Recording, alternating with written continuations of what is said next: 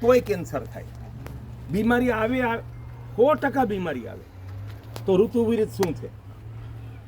ગ્રીષ્મ ઋતુ બેસે વૈશાખ મહિને, ત્યાંથી ટમેટું, ગાજર, કોબી, ફુલાવર અને મેથી એ ઋતુ વિરુદ્ધ છે. ચૈત્ર મહિનો પૂરો થાય ને ત્યાં સુધી જ ખાવાનું. અને આ ખેતરમાં તમે કલ્પના ના કરો ને એટલા ટમેટા હતા ચૈત્ર મહિનો બેસતા સુધી. અને વૈશાખ મહિનાની ગરમી પડી ને તો પાયકા પહેલાં સફેદ થઈ ગયો. એટલે કુદરત જ ના પાડે.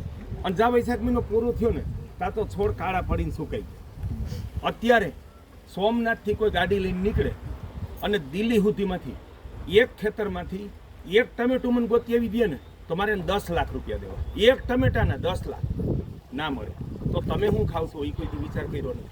કારણ કે એમાં તમારો વાંક નથી, તમારે ખેતી નથી, અથવા તમે સિટીમાં આવતા ખેતી હતી તો એ બધા હાવ લીલા, હાવ કાચા ગ્રીન હીરકસાઈની ટમેટા લઈ અને બેંગ્લોરથી પૂનાની વચ્ચે કોલ્ડ સ્ટોરેજમાં સ્ટોર કરી શિયાળામાં.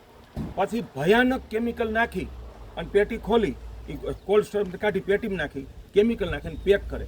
એ પેટી રાજકોટ ખુલે ને ત્યાં લાલ રંગના ટમેટા હોય, અમદાવાદ ખુલે તો લાલ રંગના હોય, દિલ્હી ખુલે તો લાલ રંગના હોય, મુંબઈ ખુલે તો લાલ રંગના હોય. દમણિયા સાહેબે મને એમ કીધું કે ટમેટું થાય જ નહીં ચોમાસામાં, પણ માન્યો કે ઓર્ગેનિક છે તોય કેન્સર કરે. ગાજર કેન્સરની દવા છે પણ ચોમાસામાં ખાવ તો કેન્સર કરે. પછી કોબી, આટલી મારી ઉંમર થઈ, 20 વર્ષથી મારો અભ્યાસ છે, ખેડૂતો સાથે જ રહું છું, 20 વર્ષની ઉંમરથી 40 વર્ષનો અભ્યાસ છે. જે ખેડૂત કોબીને ફુલાવર વાવે ને એ કોઈ દી શાક કરતા જ નથી, સંભાળો કોઈ દી નહીં. પછી કોબી ફુલાવરનું ખેતર પૂરું થાય ને એટલે કોબીના દડાને ફુલાવર કાપી લીધું હોય, ત્યાં મેં નજરે જોયું, ભરવાડું એ કીધું. એ કે પછી ખેડૂત એમ કે હવે તારી ગાયું અહીં લઈ આવે તો બોલો ગાયું છે ને એ હુંકીને મૂકી દે. અને બૈરાનું ખબર જ પડતી હતી એના ઘરમાં એકેય દી ટમેટા વિના ન હાલે અને એકેય દી કોબી વિના ન હાલે. પાછા મર્યાદામાં ખાવ તો વાંધોય નહીં. તમે જીવન સ્ટાઇલ જ એવી કરી નાખી એટલે આ ચારવાના નહીં ખાવાના. હવે મેથીનો વિકલ્પ દો, હરગવો, એટલે તમને ઉભા રાખ્યા. આ હરગવાના પાન અને વાં અળવી. અળવી માથે જંતુ અમે નાનપણથી અત્યાર સુધી જોયું નથી. તમે આખું વીસીને બજારમાંથી અળવી લઈ આવો, એમાં દવા હોય નહીં, હોય જ નહીં. તમને બજારમાંથી હાવ દવા વગરની ચીજ મળતી હોય ને તો કાચું પપૈયું, અળવીના પાન, સરગવો અને ગાજર, બરોબર છે, અને કોળું. આને દવા છાંટવી જ નથી પડતી, ગમે અહીંયાથી લ્યો.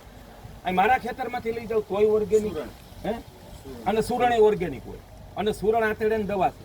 લોકો બટેટા ખાય છે, એ બંધ કરીને જો સુરણ ખાતા થઈ જાય ને એટલે બધાનું ઓછામાં ઓછું 10-10 વર્ષનું આયુષ્ય યુવાની વધી જાય, ઓછામાં ઓછી 10-10 વર્ષની. પણ દુર્ભાગ્ય છે ગુજરાતી પ્રજાને સુરણનું ભાન જ નથી, કોળાનું ભાન જ નથી. સગર્ભા સ્ત્રીને સૌથી શ્રેષ્ઠ શાક કોળાનું છે.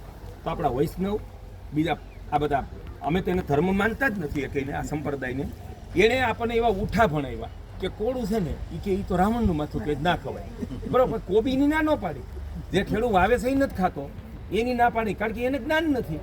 એટલે આપણી સત્યાનાશ છે ને લસણ ડુંગળી બંધ કરાવી, કોળું બંધ કરાવી અને આ ધર્મવાળાએ કાઢ્યો. એટલે કોળું ઘરમાં ખાવું જ જોઈએ, બરાબર છે.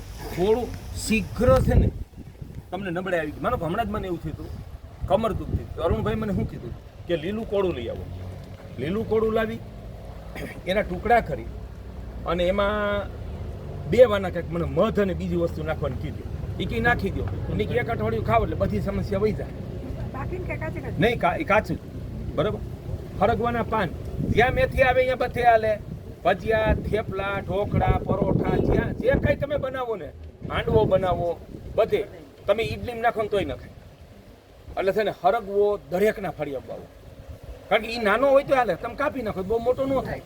એટલે તમને હરગવાના પાન બધેથી મળે. તમને જ્યાંથી હરગવાના પાન મળે ને તો આ હોનું છે એનો ઉપયોગ કરો અને અળવીનો ઉપયોગ કરો, બરાબર. પણ તમે મેથીનો ઉપયોગ ચોમાસામાં ના કરો. અને આ 5 શાક ક્યારેય ન ખાતા વૈશાખ મહિનેથી. ફુલાવર, કોબી, ટમેટું અને ગાજર. પછી ટમેટા વગરનું, ખટાશ વગરનું શાક ના બને ને એ અજ્ઞાન છે. ભારતના આયુર્વેદ, ભારતીય રસોઈ કળા આયુર્વેદમાંથી ઉતરી છે. દાળ, શાક, સંભારો, ચટણીમાં ક્યાંય ખટાશ હોય જ નહીં.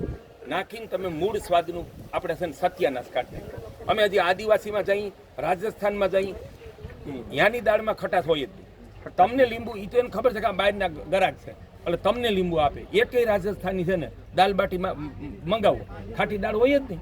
એટલે આ બધાય ગોઠણ ગયા ને.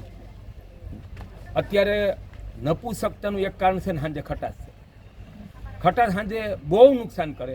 તો રોજ સાંજે ખટાશ ખાવાની, અથાણા ખાય, આથાવાળું ખાય, શાકમાં લીંબુ નાખે, ટમેટું નાખે, એટલે બહુ જ વિનાશ આવ્યો છે. એટલે એ સાંજે ખટાશ બંધ કરી દો અને ઋતુ પ્રમાણે ખાઓ. અને ટમેટા સેમાય નખાય જ નહીં. અમારા ઘરે એકેય શાકમાં ટમેટું નાખવાનું મને દાળ શાકમાં સેમાય